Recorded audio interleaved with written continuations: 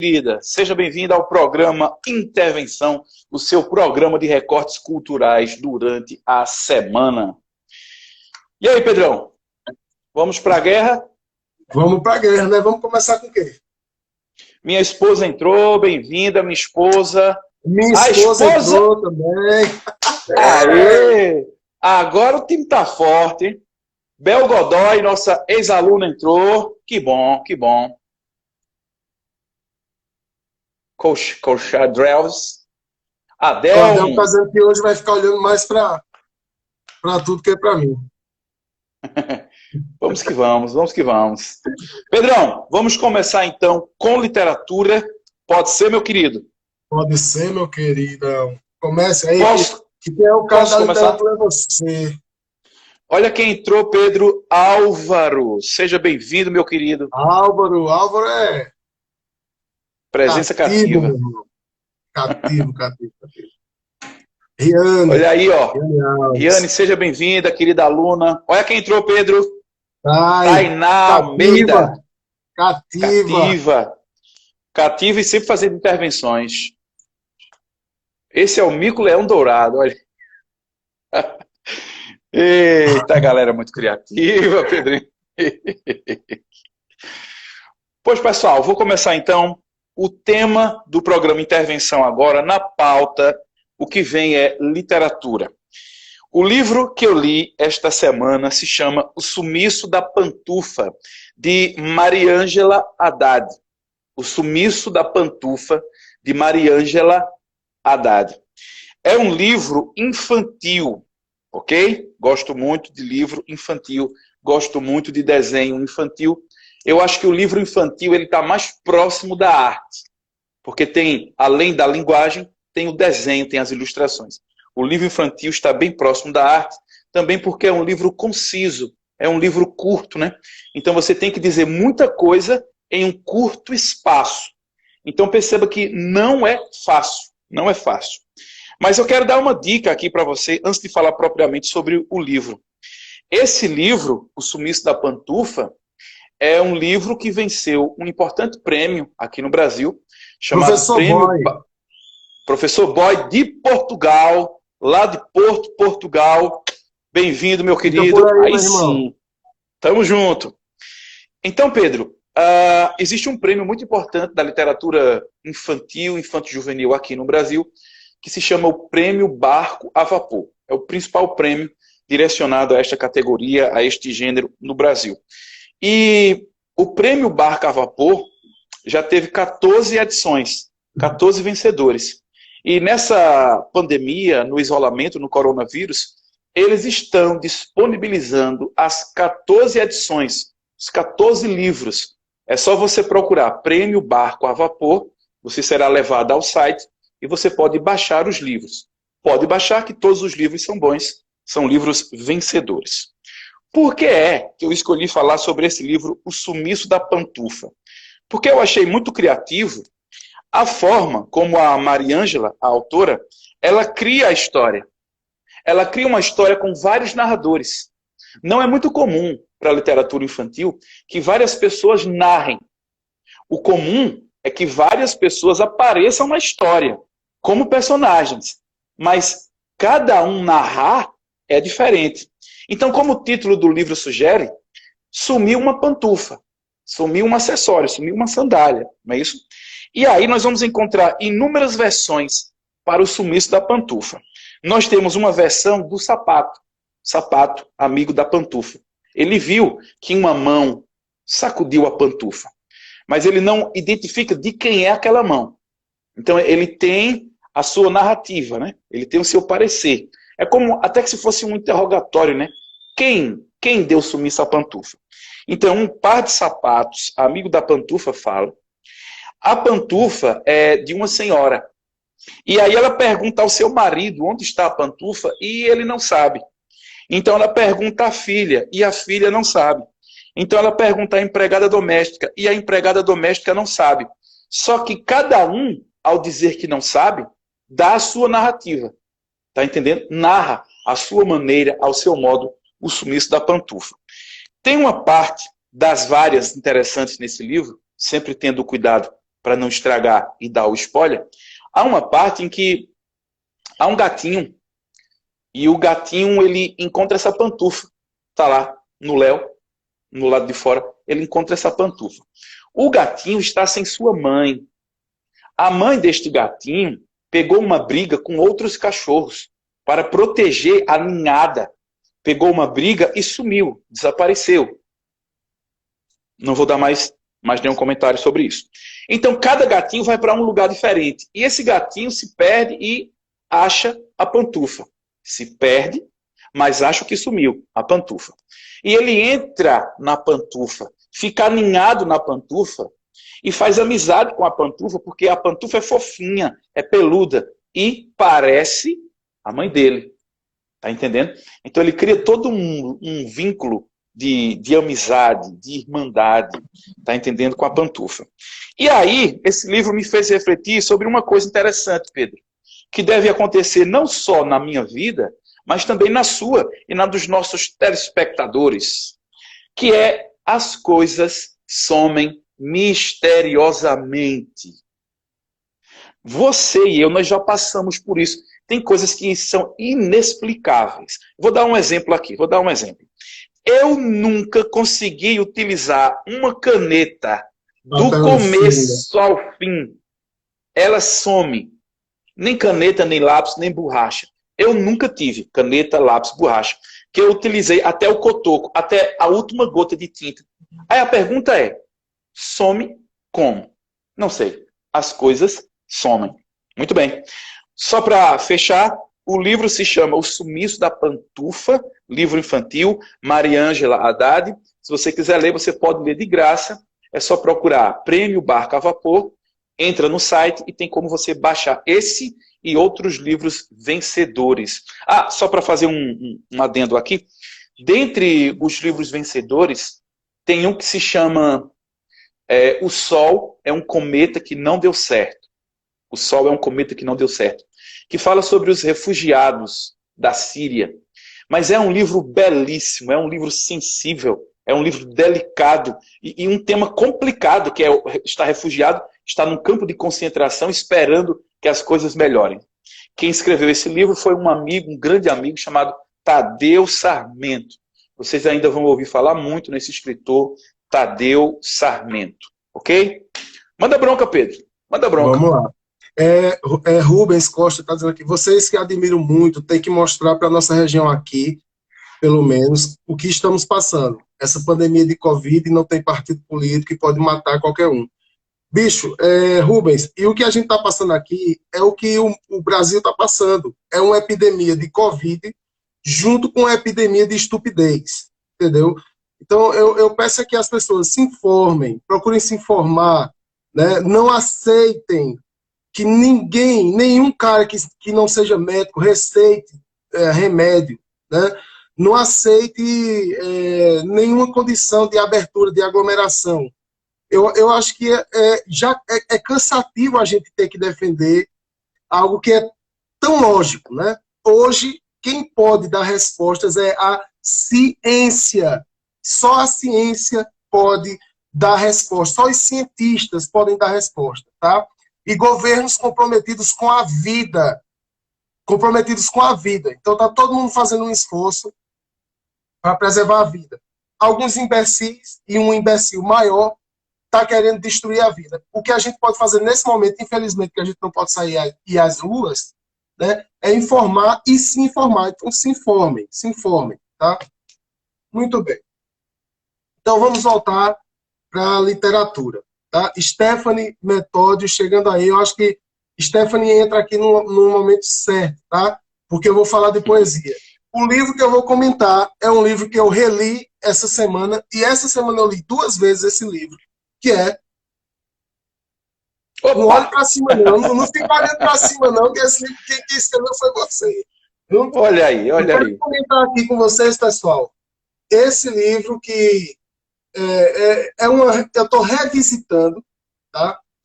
Eu estava lendo o dos avós, a invenção dos avós, mas aí eu voltei. Eu quero repassar a obra de Elder Eric. E esse livro aqui, ele tem, bicho, imagens. Eu leio muito observando e olhando as imagens, né? Esse livro aqui, e isso é uma coisa que, e aí, claro, uma leitura minha, e falando de frente ao autor fica mais difícil, mas é um livro de um cara que tem imagens na cabeça, que tem um universo muito particular. Então, o universo do autor desse livro, que é Elder, que é esse aí que está na tela de baixo, tem um universo muito particular que eu costumo comparar, né, a Tim Burton. Tá? Eu acho que o Tim Burton é um cara que cria um universo todo seu. Né? Quando você vai assistir um filme do Tim Burton, você sabe que é Tim Burton. Aqui no Brasil, o cara que fez, me ajuda aí, Fernando alguma coisa, Fernando Carvalho, diretor de TV, né? Ele fez Capitu, não sei se você lembra a minissérie Capitu na Globo, né? E ele fez Hoje é Dia de Maria. E ele fez uma novela, que era uma novela das 6, se alguém lembra aí, que tinha um cangaceiro. Só que essa novela era toda colorida. Ela tinha um colorido, ela parecia um desenho animado. Né? Inclusive, esse capitão que fazia era um ator pernambucano. Né? Então, o livro As Plantas Crescem Latino, como toda a obra de Elder, tem um universo todo particular de Elder. Né? Então, eu quero não só fazer esse comentário a respeito desse livro, mas dizer que vocês adquiram esse livro aqui. Adquiram sabe, passeiem por esse universo de Elder, que é um universo muito bonito, né? Era um universo já ligado a essa questão da infância. Eu penso agora com o Laurete, né, e com o João Miguel que vem aí, esse universo se amplia, né, muito mais. Né? E agora Helder está fazendo uma literatura infantil, mas Cordel Encantado, de fato, Cordel Encantado. Né? E agora, esse universo que se amplia, ele está aqui ainda nessa transição, mas é muito bonito que a gente encontra aqui. Helder. Eu podia destacar vários poemas que eu fico doido, bicho. Né? Como, por exemplo, Sessão da Tarde. O poema Sessão da Tarde, porque quando eu leio o poema Sessão da Tarde, que é você narrando um final de tarde com as nuvens no céu formando figuras, não tem como eu não lembrar do campinho aqui, que tem atrás, que eu não sei o nome agora, eu acho que é Antônio Justino, não é Antônio Justino, não. É o campinho aqui, o campinho que tem aqui atrás, porque tu morava ali na casa da tua avó, e tem um campinho... Atrás da casa de Evaristo? Atrás da casa de Evaristo, né? Tem um campo, tinha um campo onde a gente jogava bola, a gente maloqueirava e tal. E quando eu leio Sessão da Tarde, bicho, me vem a imagem de eu deitado ali no campo, né? Olhando o final da tarde, vendo o comércio, que aqui dá para ver a Boa Vista, dá para ver a cidade, o centro, né? E a gente olhando o céu, olhando as matizes de cor, e aí coincide com a carta de Van Gogh que eu li na semana passada, e a música da Ave Maria, né? Que quando eu vou ler o teu poema, eu corto, porque eu não consigo ver o tantantã que tu coloca aqui, eu não consigo transformar em música na minha cabeça, aí eu corto. Mas imaginem, pessoal, vocês estão deitados no chão num final de tarde. Olha essa sensação. O poema diz: deitávamos no capim, longe das formigas pretas que mordiam, deixando um calombo na perna. Esse campinho aí era cheio dessa formiga. O sol fraco da tarde, o vento, o céu bem azul, vá construindo as imagens. As nuvens se partindo, as nuvens se juntando, parte junta, parte juntava, formavam dragões, cavalos, monstros e atos. As nuvens se embolando, modelando, formavam anjos, formavam diabos. Santa Maria, Mãe de Deus. O sol fraco ia se pondo e as nuvens ganhavam o amarelo, o alaranjado, o vermelho, o escuro. Bicho, isso é Van Gogh. O vermelho, o escuro, anunciando o fim do nosso filme, com as estrelas subindo iguais às letrinhas do The End. E a música de fundo era a Ave Maria das 6 horas. Quando ouvíamos a música, corríamos para casa, para o banho, o café, o sono cedo de passarinho. Sessão da tarde de LDR, e eu gostaria de atuar. Meu irmão, cara, eu gosto obrigado, muito. obrigado. Eu não vou poder me alongar, velho. Mas Obrigado. tem vários poemas desse livro aqui que eu gosto, né? Jardim, que eu acho triste pra caralho, né? Que Ô, fala do Pedro, enterro. esse livro, ele é muito marcado. Dos meus livros, esse é o mais marcado pela convivência que tive com a minha avó, Dona Bertoleza, de quem eu sinto uma saudade. Tem horas assim que eu paro e, eita, como eu aprendi com a minha avó. E eu sempre digo assim, a minha avó foi a pessoa mais sábia com quem eu convivi, apesar dela ser analfabeta. Mas não era questão de leitura de palavra, era de leitura de mundo. E ela tinha Sim. esta leitura de mundo. Tinha um momento, quando eu estava na faculdade, em que eu conversava com a minha avó e do nada, naturalmente, sem nenhum esforço, ela dizia uma poesia. A fala dela tinha um quê de poesia. E aí eu corria e anotava no caderninho. O caderninho estava cheio. Só que depois eu disse assim, não, eu não vou mais correr. Porque toda vez que eu corro para escrever no caderninho, eu perco este momento de estar Sim. conversando com ela. Então eu preferi perder, esquecer, mas ter a convivência com ela, do que interromper a conversa e sair correndo. Tá entendendo? Para anotar expressões, Infelizmente, né? infelizmente, esse caderno também, mudança para lá, mudança para cá, acabou se perdendo. Mas assim, a convivência que eu tive com a minha avó foi mais importante do que a faculdade. E é mais importante do que qualquer livro que eu Caramba, leia.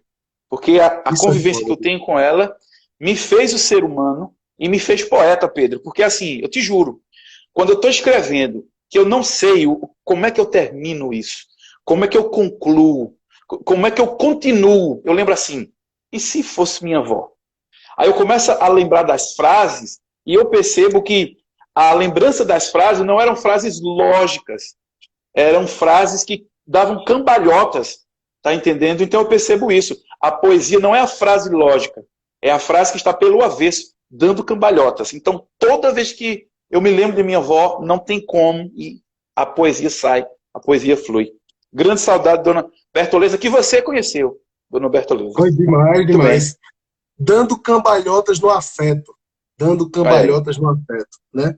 E aí, Poesia. bicho, porra, eu vou depois fazer uma live só para ler esse livro para o pessoal, né?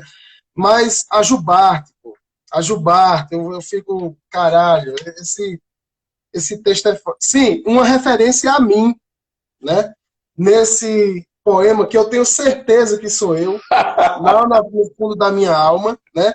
Que é um poema chamado Colegiais, que diz: meu namorado é uma máquina, ele faz jiu-jitsu. E o seu? Aí a outra, a pobre, diz: o meu faz poesia. Óbvio que eu sou mais foda nisso, mas tudo bem. E É. essa semana, bicho, eu até postei um poema que está no capítulo Dislexia, né? Que são 10 pequenas inserções que eu acho assim, são 10 pequenas inserções ontológicas. Ontologia está ligada, é a parte da filosofia ligada ao ser, ao entendimento do que é, né? Do que é o ser. E o ser, ele está relacionado ao ser humano. Animais, segundo essa corrente filosófica, não são ser, são entes. Nós somos seres. E aí são 10 pequenas inserções, eu vou ler essas inserções aqui. Desse livro, minha gente, adquiram esse livro, tá? E diz assim: eu sou uma ponte e um abismo, e também uma PR. Isso aqui já daria pano para manga, mas eu vou ler o poema. Eu sou um pote, sou um caso sério, um basculante. Às vezes, eu sou isso e aquilo, esquilo. Às vezes, eu não sou sendo, só vendo. Às vezes, eu passo e o poste pisca. Isso acontece muito na rua São Miguel. Às vezes, as coisas não são importantes quando quero. Isso acontecia muito na faculdade nos trabalhos que a gente trabalhou junto. Eu queria ser um poeta de verdade, mas sou um poeta de mentiras. Helder. As Boa, plantas boa, boa, crescem boa, um boa. livro lindo que vocês deveriam ler. Deveriam ler mesmo. E eu te agradeço por me fazer reviver momentos também, né? Porque você vai lembrando da concepção da poesia, do momento, da época, né? Você vai lembrando de tudo isso. Um momento sempre bom de Ingrid, boa revisitar. noite. Muito obrigado, muito Ingrid, obrigado. vamos dar um alô aqui, Helder. Vamos dar um alô. Vamos dar um Vitor alô. Figueiredo, Almir Catarina, Cecília, Juliana, Claudio Henrique, Pati, Ingrid Bittencourt. Pati entrou, Pati Ruber van der Linden. Coisa boa, Albani pessoal, que vocês estão entrou. com a gente aí. Albani entrou e disse, eu tenho um livro. Muito bem, muito bem, muito bem.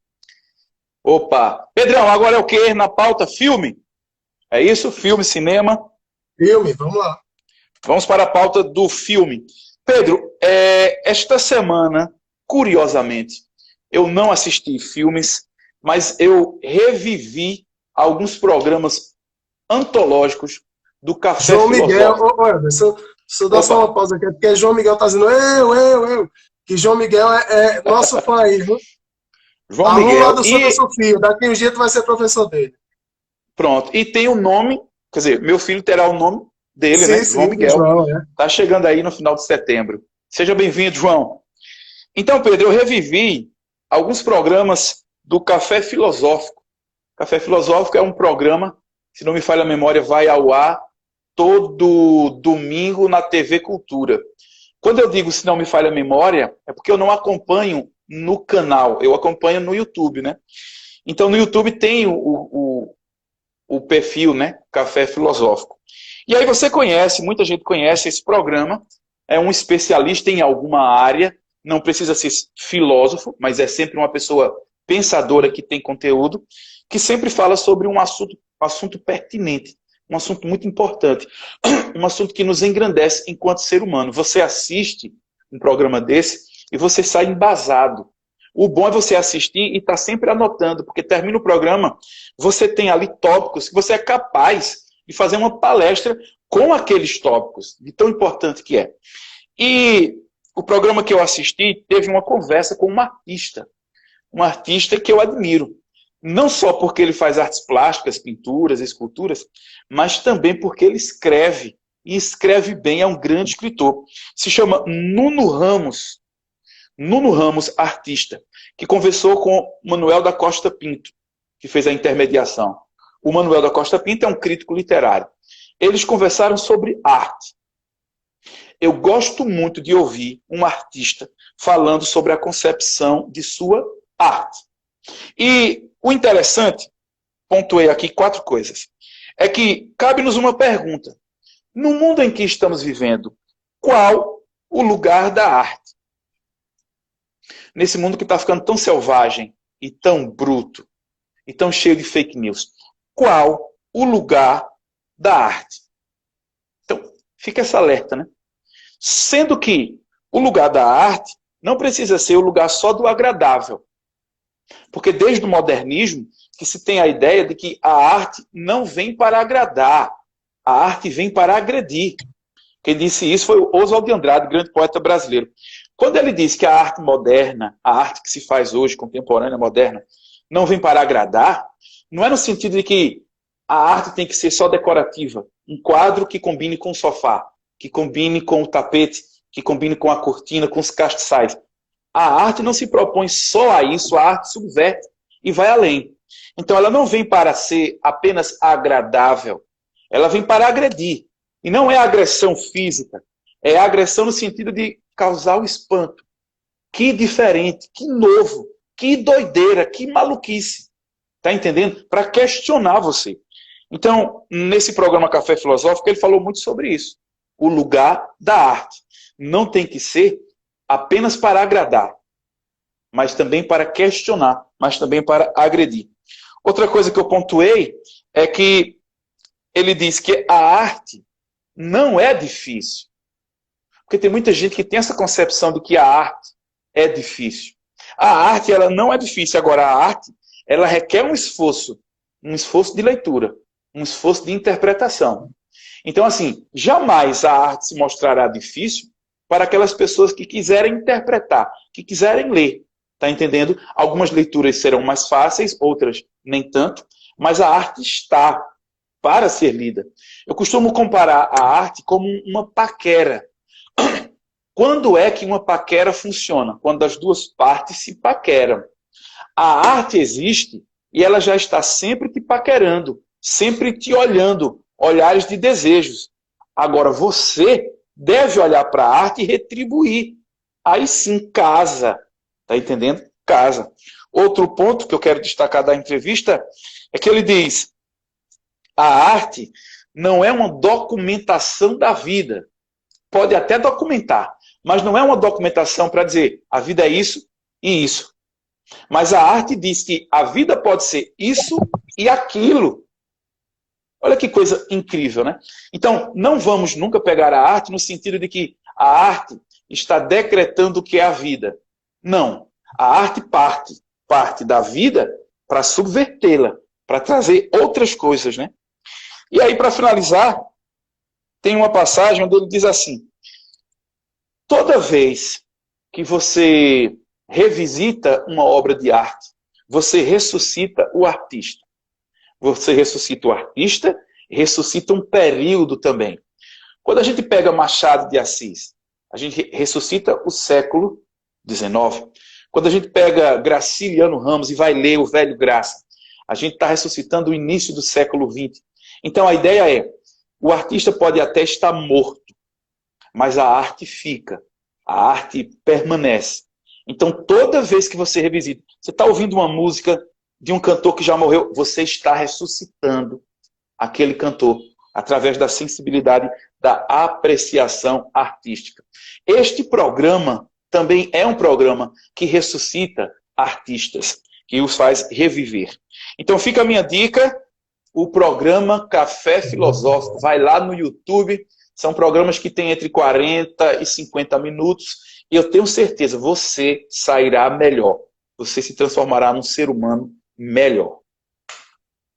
Tá contigo. Muito bom. A minha dica, pessoal, dessa semana é um filme que eu uso em algum momento do ano letivo, né? Geralmente quando ou está se aproximando o final do ano, ou está se aproximando as provas nos terceiros anos, ou no atuação, né? Quando eu estava no atuação, que é a minha casa e eu não consigo me desligar afetivamente nunca. E assim, eu já, inclusive, estou falando querendo falar para a Mari, para tu, para a Charles, para todos os professores. Eu quero ser funcionário honorário eterno, né? Ad eterno do atuação. Depois a gente vai conversar sobre isso. E o que eu uso esse filme para motivar, né, os alunos, para motivar os estudantes. Porque esse filme, ele é um filme sobre insistir naquilo que você quer. Insistir no seu sonho. Insistir nos seus objetivos. Tá? Nem que isso lhe custe dores físicas, inclusive. Né? Nem que você tenha que passar dias e mais dias estudando. Eu uso estudando, mas o filme, no caso, é estudando também, mas no filme é uma prática. E o filme este aqui é o da Eric, Whiplash, que você já deve ter assistido. Né? Então nós temos aqui esse filme que é ganhador do Globo de Ouro. Né? Esse filme é um filme sobre um jovem. Esse jovem quer ser um baterista de jazz, e você sabe que para tocar jazz não é fácil, né?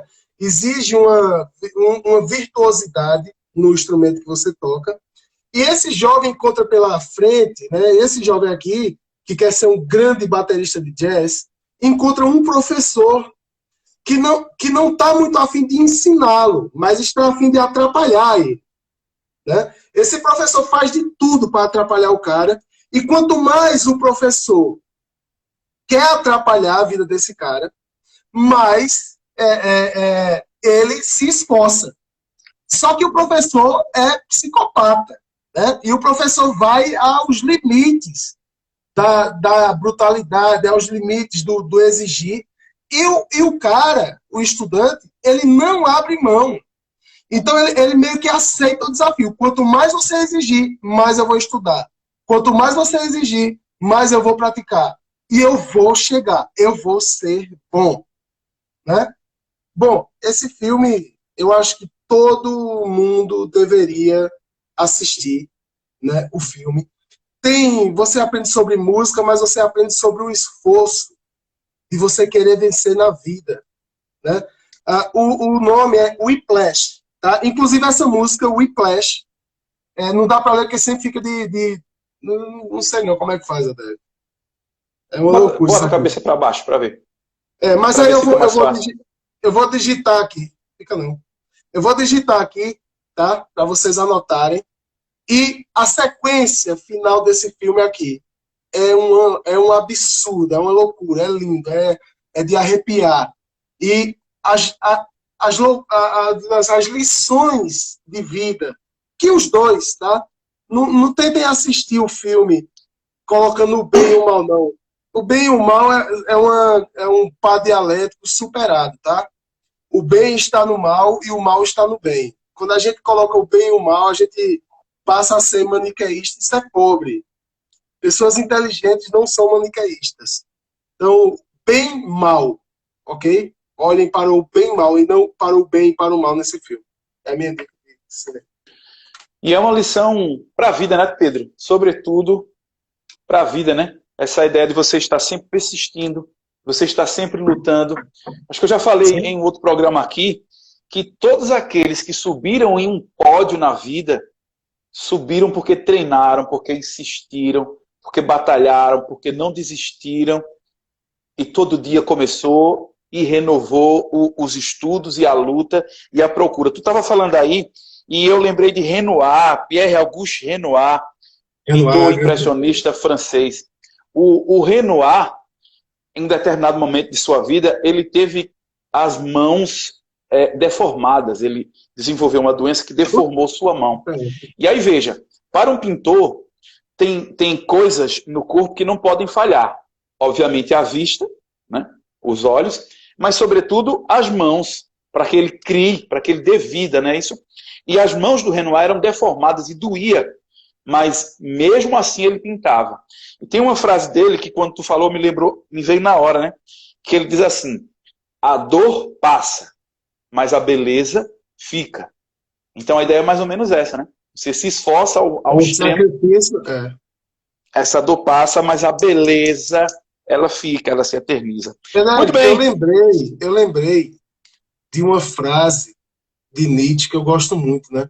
Que diz assim: é preciso ter um caos dentro de si para dar à luz a uma estrela cintilante. Pronto.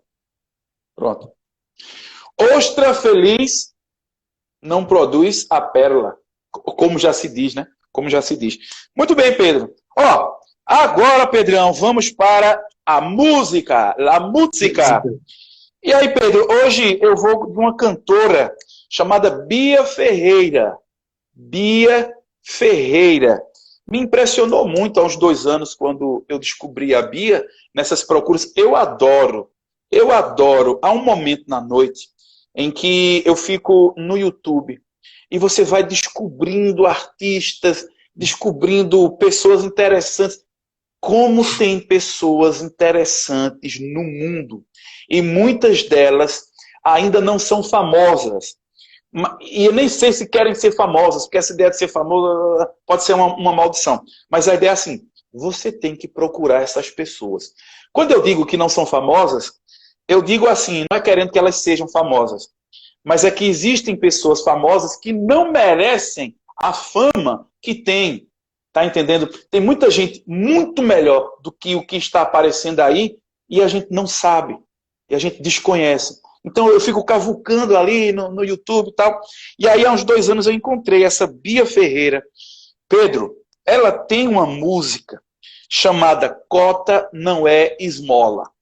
É claro que já a partir do título você percebe que ela segue uma linha, uma ideologia, um partido, e é válido, o ser humano está sempre defendendo seu ponto de vista, e se o seu ponto de vista não provoca o sofrimento do outro, então ele é válido.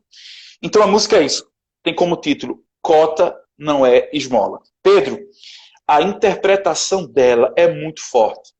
Vou só repetir o nome dela, hein? Bia Ferreira. Procurem depois lá no YouTube, Bia Ferreira.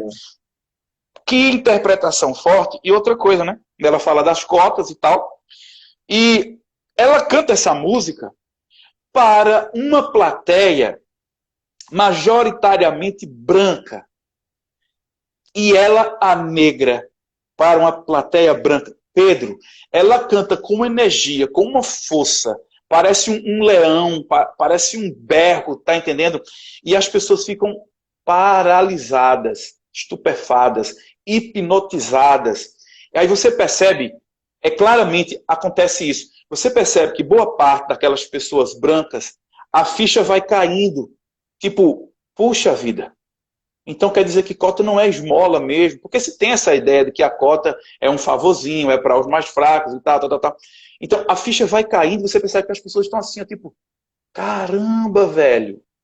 Tá entendendo? Então foi preciso que a Bia Ferreira chegasse lá e dissesse. Porque é provável que alguns políticos não deixem isso claro, né? De que não é esmola. Enfim. E aí, Pedro, tem outra passagem que eu quero fazer uma reflexão que é sobre isso, né? Você sabia que o Brasil, olha aqui um dado, hein?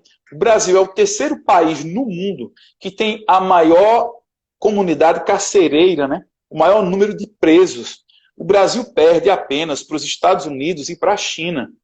Aí vamos lá, os Estados Unidos tem algo em torno do dobro, ou quase o dobro da população brasileira, e a China, mais de 1 bilhão, 300 ou 400 milhões de habitantes, né? Mais de 1 bilhão e 300 milhões. Então, assim, o Brasil tem algo em torno de 700 para 800 mil pessoas presas. Só que há uma grande diferença com relação ao Brasil e os outros países, sobretudo Estados Unidos e China. Que esses dois países, primeiro e segundo, Estados Unidos e China, eles estão tentando reduzir a comunidade carcereira. Tentando reduzir, investindo em educação, e o cara que lá está, ele vai desenvolver algum trabalho para um dia sair, e quando sair, ter trabalho, ter uma ocupação. Está entendendo? Mas o Brasil meio que não faz isso. O Brasil só prende, encarcera, tranca. E o cara não muda. O cara não muda. Pedro, o cara, como se diz no comum, no popular, ele entra ruim e sai pior. E sai mesmo. Olha, é só uma experiênciazinha básica. Vamos entrar aqui num dia normal de sala de aula. Se por acaso eu, Helder, professor, na terceira aula, que é o momento do intervalo, um intervalo de 20 minutos, se na terceira aula eu disser assim, alunos, sinto dizer, mas não vai ter intervalo e todos vocês vão ficar na sala, tem uma revolução na escola. Vai ter grito, vai ter aluno quebrando cadeira. Como assim, professor, eu não vou sair da sala? Não, hoje não tem recreio. Eu não gostei do comportamento de vocês. Eu estou dizendo, eu não estou encarcerando, ele vai para casa. Terminada o horário da aula, ele vai para casa. Eu só estou dizendo que ele vai ficar um período de 20 minutos, não no recreio, lá fora no sol, conversando, se socializando. Ele vai ficar na sala, com pessoas do nível dele, com pessoas amigas. Ele está protegido. Ele vai fazer uma revolução. Avalie um cara que eu sei que errou, está preso com pessoas piores do que ele. Numa cela superlotada. O cara sai pior. O cara sai pior. E aí, para grande espanto, ou para não espanto, né? Só para reforçar o que já se pensa, então, melhor dizendo, é que algo em torno de 65% a 70% da comunidade carcerária do Brasil é composta por pessoas que se declaram negras e pardas. Então você tira aí que de cada 10 que é preso, de cada 10, 7 então se declara negro ou pardo. Tá entendendo? E só para reforçar, hein, a nossa comunidade carcerária está crescendo, enquanto as outras estão estagnada ou descendo. Tá entendendo? A gente se orgulha de prender mais. Nós não temos uma política de recuperar, né? De recuperar. Muito bem. Essa música, Cota Não É Esmola, também me fez pensar o seguinte. Qual o papel, melhor, quais os papéis que os negros desenvolvem na mídia brasileira? São sempre aqueles papéis de serviçais, de empregadas, de motoristas. E é difícil você apontar, tirando o Lázaro Ramos e a Thaís Araújo, é muito difícil você apontar um outro negro na cultura brasileira, na cultura televisiva, que tenha papel de destaque.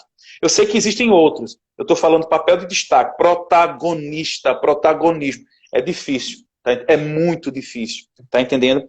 Bem, e a música? A música chama você a defender uma causa, a defender a causa das pessoas negras. E aí eu quero ler umas passagens aqui, porque a música é forte, Pedro, é muito forte. Bia Ferreira, ela diz assim: existe muita coisa que não te disseram na escola. Cota não é esmola. Experimenta nascer preto na favela para você ver. O que rola com preto e pobre não aparece na TV. Aí dou um corte aqui, porque a música é longa. Aí diz assim, se referindo a uma garota negra. Ela cansou da humilhação e não quer mais a escola. E no Natal ela chorou porque não ganhou uma bola. O tempo foi passando e ela foi crescendo. Agora, na rua, ela é a preta do sovaco fedorento, que alisa o cabelo para ser aceita, mas não adianta nada. Todo mundo a rejeita. Aí continua.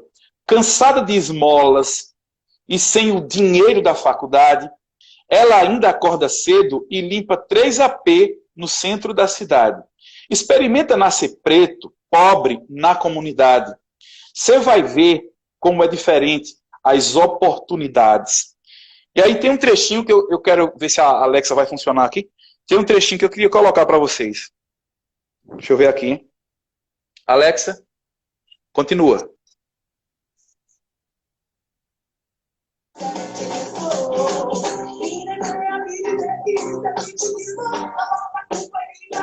Isso é o refrão. Muito legal.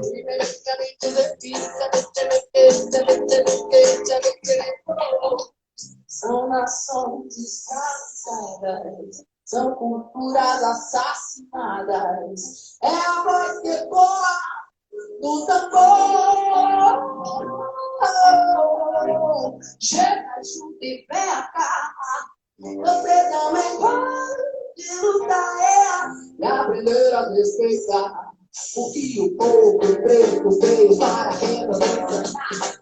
Não deixe calar a nossa voz, não deixe calar a nossa voz, não deixe calar a nossa voz, não. Alexa, pausa. Você ouvindo é que você vai sentir realmente. Mas há uma passagem que é muito forte, quando ela diz assim, Pedro, e não venha me dizer que isso é vitimismo. Não bote a culpa em mim para encobrir o seu racismo. Muito forte.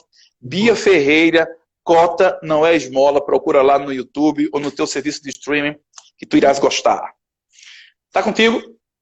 Helder, só para colocar aqui dica, né, de leitura sobre essa questão das cotas, né, ou a questão a questão carcerária no Brasil.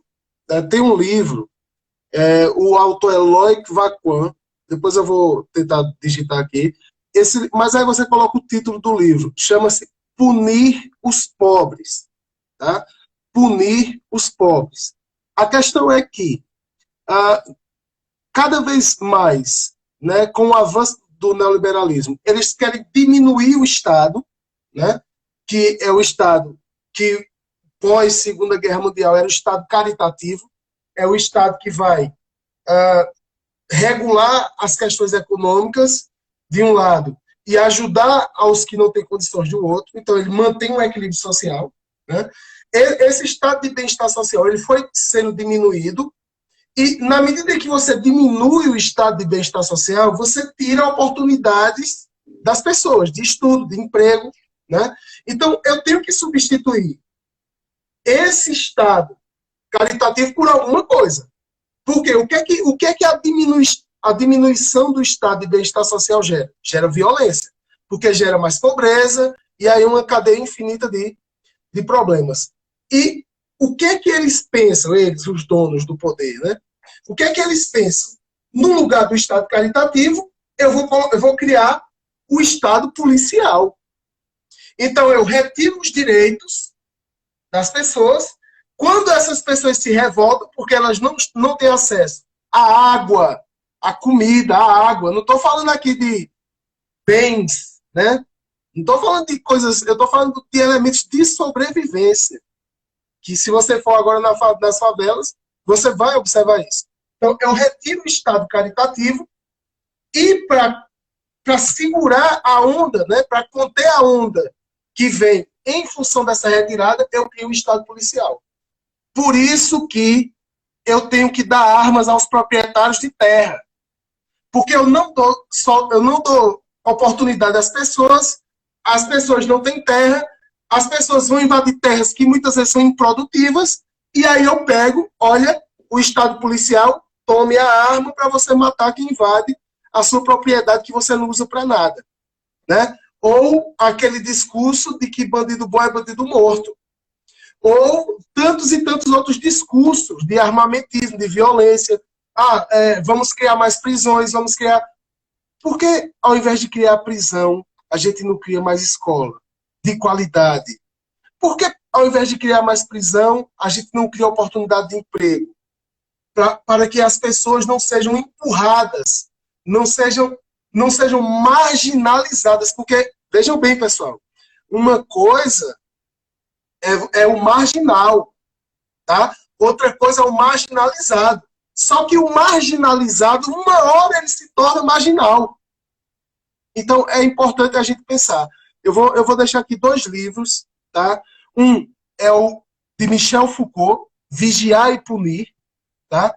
E o outro é do Loic Vacuan, Punir os Pobres, tá? A gente vai ficar sem tempo. Eu quero perguntar se a gente pode derrubar essa, a gente deixa registrado essa, tá? E a gente volta para encerrar, porque assim, na minha conta aqui faltam 5 minutos. E a gente tem 3 tópicos ainda para... Ok. Pessoal, a gente vai derrubar... Aí, eu vou deixar essa gravada para tu baixar depois, né?